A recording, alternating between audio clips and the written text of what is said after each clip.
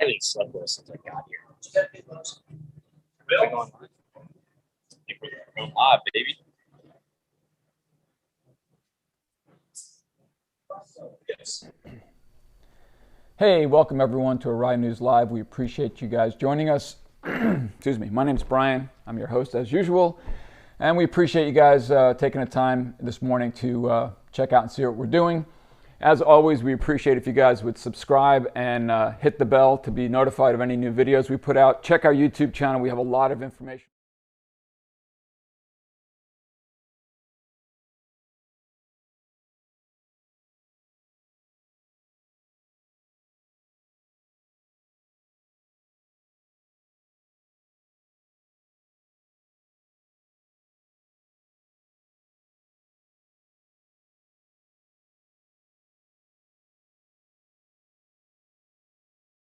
In particular, we just got our new shipment of backpack helmet bags. So we want to let everyone know who's been asking, when are the new bags coming back into stock? They're in stock. Everyone's been asking, why can't I get the one with the big logo that all the racers have? Well, all the bags have the big logos now, both sides, so you can promote Arai proudly. And I also like to point out, I got the biggest helmet I could. It's an extra large VX Pro. It fits in the bag as well. You just got to turn it around. Regular helmets go face forward. Come with a double shield pouch, double pouches on the side for your stuff, gloves and whatnot. But the coolest thing is a lot of people don't realize there's actually hidden backpack straps on the underside. So you can actually, don't have to carry it by hand, you can put it over on your back. So there's gonna be an in-depth review of the bag coming out in the near future. So ring the bell, this way you'll be able to check out the bag. They're in stock right now on the website, ariamericas.com.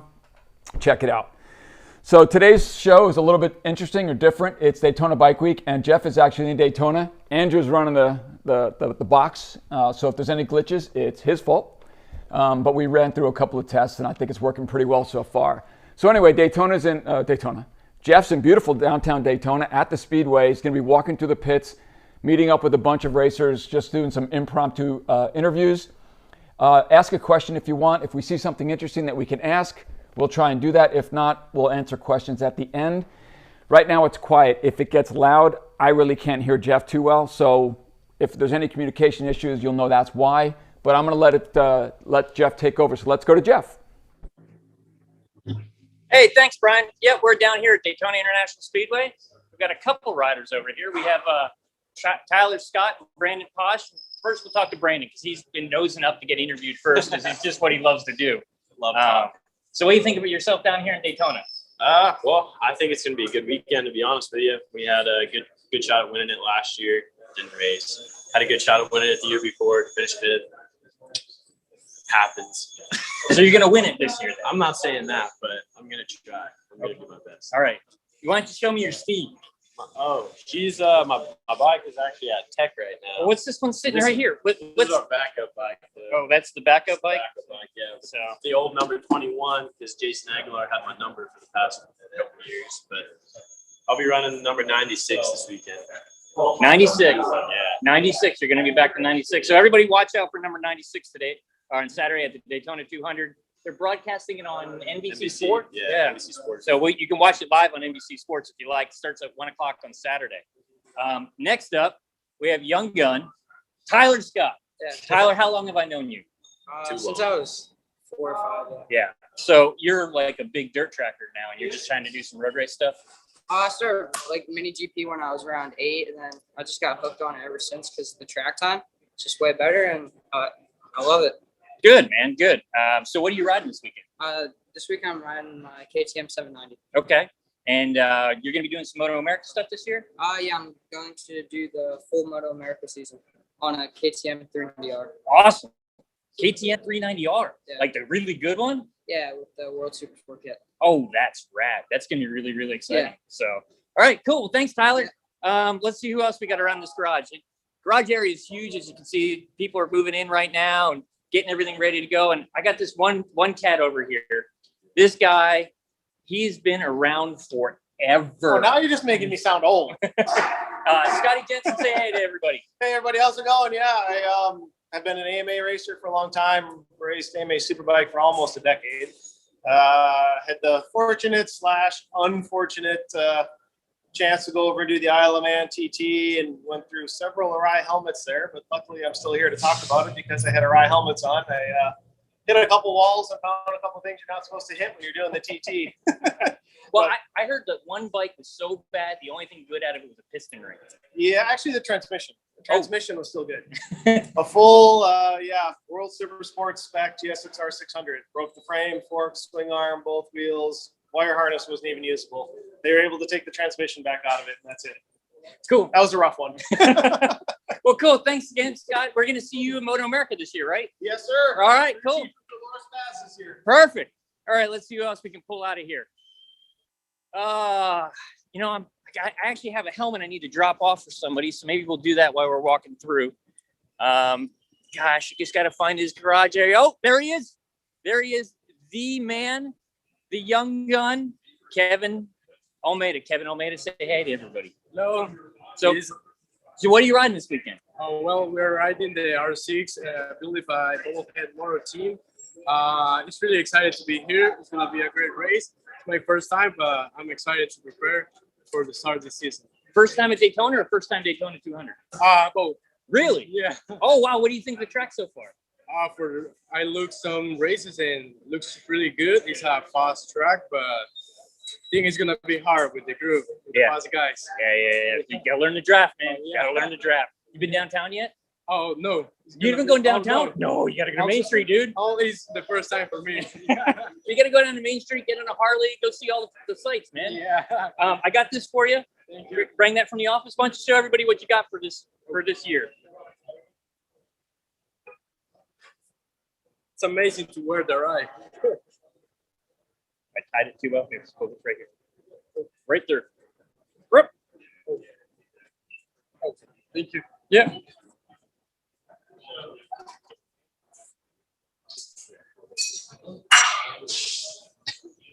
Sorry, nothing's good. Yeah. So Jeff, what's the weather? It looks pretty sunny. What's the temperature right now? It's like in the 70s. It's really, really nice.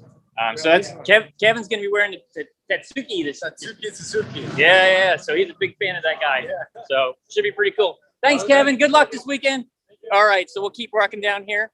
I got to remind everyone, I keep pronouncing that wrong as well. But the Tatsuki, it's actually the Tatsuki replica. So just be aware. Well, it's Brian. It's about 80 degrees. It's actually really, really nice down here this weekend. It's bike week is booming. They told me that it's actually up from 2019. So if you haven't made it down here to Daytona yet to catch the 200 live, you really should. There's just so many cool things going on down here. You know, all the bikes and everything. We have another pit we're going to walk past, and Danny hasn't made it to the track quite yet, but his gym's here. They're just putting everything together. Danny Eslick is going for his fifth Daytona 200 championship. But along with Danny is the wonderful M4 Suzuki team. And they're going to be wearing Sean Dillon Kelly. And I actually got another guest over here. Look who I just found, just standing at the back of his truck, just talking to people, just because that's what they do. It is the world famous Chris and John Ulrich. Hello. How's it going? Sun is out. Everything's good. What's going on, Brian? Much, just living the dream.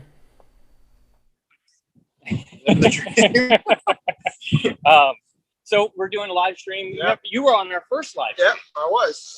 Gone. It was pretty fun, right? Yeah. Yeah. Where am I going? Yeah, you're in the camera. The camera's right here, so just see everybody over there. All right. So how many years have you been coming to Daytona, Chris? Every year since I was 16 years old. So 1996. The first time was like baptism of fire. 1996. Were they riding motorcycles? Did they have gas in them back then? Ours I was racing a DC 125. So like, it's so gnarly. I can still remember the first time I went through the tunnel over the little tunnels, and you come down and you go up, and it opens up in this big, huge complex. And it's like, oh man, what have I gotten myself into? And then it rained half practice and all that, and then I did the two races, and pretty interesting experience trying to figure out how to ride on the banking. You know, at that time, sometimes 125 guys were on the apron. Yeah. Or sometimes, you know, was go all the way up top, and then you could get some momentum and drop down. And I had figured it out up top of the momentum and drop down by the end of the weekend was the best way. I wouldn't say my results were that good, but I came back in the fall and finished on the podium, and then came back the next year and got on the podium again. So it was fun, and then I mean, we've had plenty of other races here too. And it's always Daytona's. It's such a unique individual track and so gnarly. There's no track like this on Earth. This place. I'm here and it's electric environment and just getting around it, right? The banking, how unique you have the banking is and what you have to do to go fast on the banking and understand it. It takes some serious talent. It's like you see guys like that have really mastered it, like Scott Russell or Eslick. Sean did a great job last year with that. On all of the really top guys that have done a good job here, they make up the time on the bank. And it's not just how fast you bike, it's how you get on and off the bank and where you position the motorcycle. That's the key, is getting on and off the bank. On and off, and where you put the bike and where you turn the bike down. That's where you turn down on the bank, right? It depends on how long the tire lasts, but also it depends on how much momentum you have and where you know. And that's not something where it's like, oh, there's my marker 300 yards over there. It's a feel, it's a sense that you have, and you know you can't train it. So you're racing Sean this weekend. You got Sean on the bike. Yep. So who's going to be in the lead two group? Danny and Sean. Is that it? Sean's going to be out front. Gone. Just gone. Danny Essex on a Team Hammer built bike and supported him, and then you got Sean on a Team Hammer built motorcycle. So we expect those two guys to be up front. I don't know how they'll work together, but we expect them to be up front and see how they go. Sounds awesome. We'll line up 57 laps. 57 laps. Let's go. Saturday at 1. Intense. It's going to be stressful until we're done. Hopefully, you know, JU got inducted into the Daytona 200 monument yesterday. Yes. So hopefully, you know, he's got his new, he's got his granite plaque and all that stuff over there. So hopefully we can deliver him a Daytona 200 win to go along with that induction. How special would that be? Yeah, that'd be great. I've been coming here since 1975. 1975? Yeah. My gosh. When the track was here, were you racing out the beach at the time? Okay. Well, so what do you think of Daytona since you've been coming here for so long? Chris described it pretty well. I mean, we've had some good runs there. We've won an endurance race there. Racing with John Hopkins when he was 16 years old. Some lady came over and was complaining that it wasn't fair that we got a ride to a team that had a semi truck that was racing. I haven't seen the place before. It's been racing. So, the standout win was, I think, 2005. Oh, there you go. Got a lot of history in this place.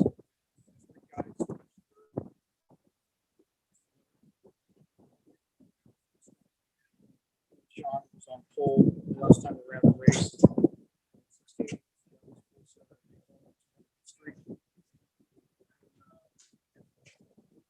Second. Hey Jeff, we're losing audio, and it's pretty windy, so I think your connection's kind of bad. Yeah, see if you can get the microphones a little closer.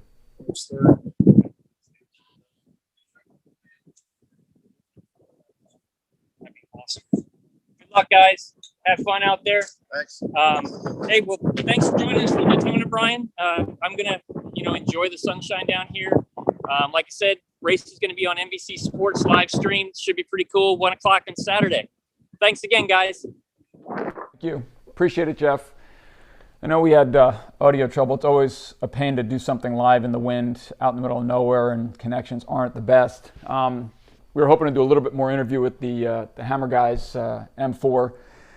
We wanted to actually bring up, we always have to give you some education, some information about the difference of Arai, because it's important to recognize that helmets are first and foremost for protection. So we always want to leave you and give you some information. So this is an actual Daytona crash, and it was actually an M4 in the horseshoe. Valentin DeBeese, Daytona a few years ago. What year was it, Andrew? 2018. 2018, and it was a pretty wicked high side. It's been out there for quite a bit. I think you guys have seen the video. Here's a play of it right now. We'll do a slow-mo zoom in after this, but it's pretty quick. It's pretty violent. And there he is, gets high-sided, hits the ground really hard and tumbles and rolls. And basically, this is the dynamic of a crash. You have no idea how you're going to crash, where you're going to hit, how fast you're going to hit, how hard you're going to hit, the angle it's going to come from. And then, of course, because we ride motorcycles at speed, the crash continues on. You slide, you roll, you tumble. We designed the helmet for the crash. Tests are great because they keep you honest, but the crash is what we designed the helmets for. So that big impact, the tumbling, the rolling, the sliding is why we design our helmets the way we do. Round, smooth, and strong to deal with the big impact, soft liner to absorb that energy. All our vents are frangible. They break off so they don't snag and create rotation. The helmet basically has to go along for the ride. We don't want the helmet to interject itself into the crash. So all of this stuff has to disappear. Valentin was actually running one of the earlier DFX2, the actual prototypes that we were testing and racing on the back of the helmet. You can actually see some of the tape here still. So that piece blew off exactly as it was supposed to, as did the wing stand, and the tail section of both diffusers. All disappeared on the instant of the first impact, so that the helmet basically dispersed the energy over the widest area.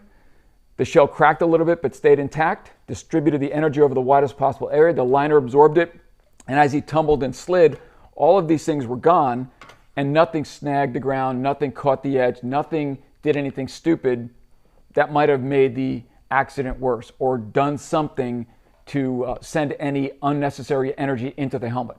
All of this kept all this energy outside so that the limited capacity of the helmet, every helmet is limited, you only have about that much foam, about 1.5 inches. My fingers are up in the air, you can't see them because Andrew cut me off. There you go. You only have about this much foam. It's cool, Andrew. This much foam to absorb it. So you want to keep as much energy outside of the helmet as possible. So under impact, everything disappears. You slide, you glance off the obstacles, you slide past the energy, you keep rotation out, you keep energy out so that whatever energy does wind up getting inside the helmet can be absorbed by the liner. So we deal with the rotation on the outside. We avoid it.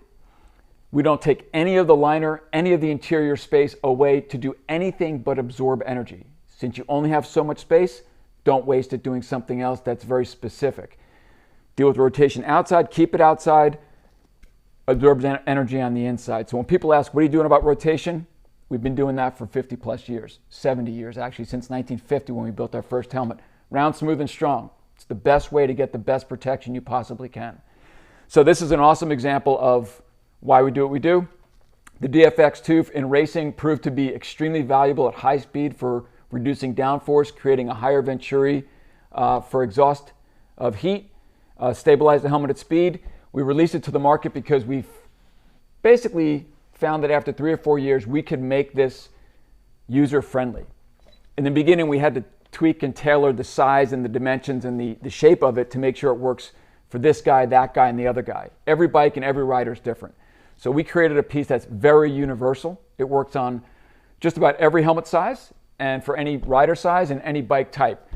People on the street tell us it actually stabilizes the helmet, especially when you're passing a truck and you get blasted with wind. It helps stabilize the helmet, increases ventilation.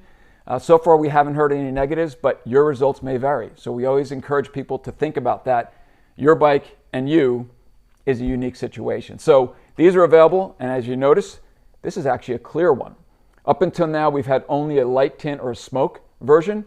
We just received our first shipment of clear, so if you guys want a clear one, to show off the cool graphic underneath, we now have clear. Check out the website. They're on there as well. So with that, are we going to cut back to Jeff? He's actually still in Daytona he actually moved to the Arai building. Let's see if the connection's any better, just to kind of get a look and maybe pan around the building and show people what the service building looks like, Jeff. Yeah, for sure, Brian. We are back at the service center. It's a nice little garage area. This is the nicest setup we have of the entire year. Air conditioned, television, so we can see what's going on. But basically we have here, let me turn the camera around. Can I do it on Zoom? I guess I can't do it on Zoom. So we have the service center here. We have all of our race service supplies. We're working on some shields, working on some tear-offs right now. We're working on, got some pre-prepped shields here, which is pretty nice. And what I do for the guys is, so everybody can see what all the graphics that we have available for the year. We actually take this really nice lineup. Let's see if we can get low enough.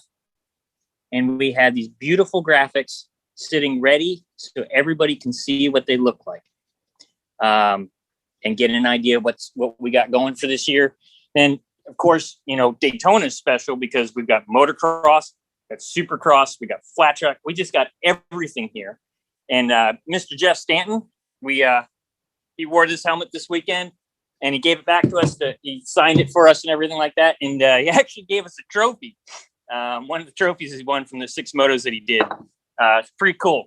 And then the last thing we got in here that's kind of special, this is it. That's the pole award. You go fast enough around this place, you're going to win this helmet. This is one of one. There's only one in the United States. And it's, of course, Mr. 5-time. We're going to give that away to the pole award winner on Saturday, I believe, during opening ceremonies. So it should be pretty cool. Yeah, that's the tour. I mean, you can see there's a little bit of work going on around here. It's got a little time and a little stuff to do. So thanks again, Brian. I'll see you guys soon. Thank you, Jeff. Appreciate it. So obviously, all the races are confident the helmet's all it needs to be for protection. And then, of course, it gets down to graphics and style, right? So everyone's got to pick the helmet and the colors that work best for them. And we have a large selection this year, so go check it out. I want you guys to check out the website. We have our new flip brochure on the website on the homepage. If you scroll at the top bar, you'll get the flip catalog. You can actually go through every page, and within the pages, there are links to helmet features, graphics. The 360 spins, I think, will eventually get up there as far as that goes. But check it out. New catalog's extremely cool. It's got all the new graphics. The website should have all the new graphics that are currently available. Anything that's going to kind of be delayed and may not be here, it may not be on the website, but it will be in the catalog. So check the flip book. Can you bring it up there, Andrew? I see it kind of in the preview. But check it out because it's a really cool, interactive experience. You can check out all the features of the helmets. And again, we're going to hopefully be doing live spins and also, again, features, benefits, how to wash the helmet, all the things technical that people ask for in a little more lively, interesting way. So check that out. We appreciate it. So Daytona is an awesome event. I used to go for years, and it was cool because you get dirt track, motocross, road racing, of course, at the Speedway. And then you, of course, have Daytona. It's just a cool place to go. Bike Week is definitely an experience. If you haven't gone, I encourage you to go. And as you saw, we created that one-off pole award. Mr. Daytona, Scott Russell, 5-time champion. It is the Russell graphic on the Maverick gray base. It is a one-off at the moment. There's a lot of interest in that helmet. So if you guys are interested in it, make sure you comment here.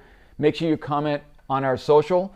And with our social, I'd like to bring up the screen and remind everyone, find us and log in and subscribe to all our socials. We got LinkedIn, Instagram, Twitter, Facebook, and of course YouTube.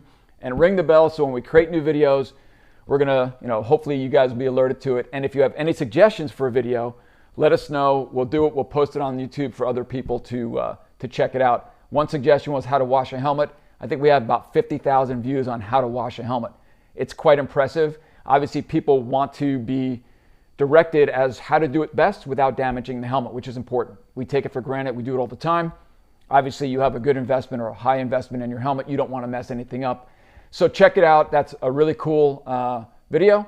How to change your shield, cheek pads, headliner. Sometimes it seems simple, but if you haven't done it, it's a little daunting. So check out the YouTube channel. Ring the bell, please. Subscribe. Let us know that you're interested in this kind of stuff. We really appreciate it very much. Three comments. And we have 3 comments, questions, or just comments?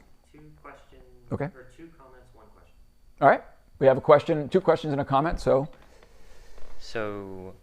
one comment from Sergio says, I'm buying some of those, referring to the bags. Wolf Rides Bike says, so awesome. That's a must-have 100. And then one comment question, Martin says, update the XD4, please. Well, I appreciate the comments on the bags, which is cool. We love them. Again, the backpack straps are the best kept secret, apparently, because a lot of people didn't realize there's that pouch in the back. So I usually just do one strap, carrying it through the airport, just to hold it over my shoulder, because hanging on your hand is pain. But it's a really cool bag. It fits all the helmets. It has a couple of extra pockets. It's really cool. And it is padded. It actually has a fairly thick, dense cell padding on the inside on all 4 sides. I'm sorry, all 6 sides. So the helmet is well padded and protected. It's not just one of those thin vinyl with the fake fur on the inside. It is padded. XD, we are working on a new XD5, but the XD4 has been such a rock star. It has been the go-to adventure helmet for over 10 years. We don't want to mess that up. We don't want to make an XD5 and go backwards. We don't want people to be disappointed. So we are working very hard to make it every bit the XD4 and then some. So it's coming, just not this year. We're looking at a 2022, but I'm not exactly sure when that's going to happen. So if you need a new XD, feel confident you can purchase one now. You'll get a full year, possibly 2 out of it. We encourage you. It's still the best adventure touring helmet on the planet, regardless of its age, but it just shows how good Arai does way back and then just keep tweaking and making it better and better. But they hit the nail on the head pretty much right out of the gate. So we appreciate it. XD is huge. It is our #1 seller every month as we get market feedback from sales. So it's tremendous how long in the tooth it is, but how, top of the food chain it is. So we appreciate that support and the appreciation of wanting another one of those helmets. We don't want to let you down, so we're going to make a really good one. Is that it? All right, we are good, guys. I appreciate it very much for checking in. Check back again next month. We'll be doing another one. We don't know what we're going to be doing.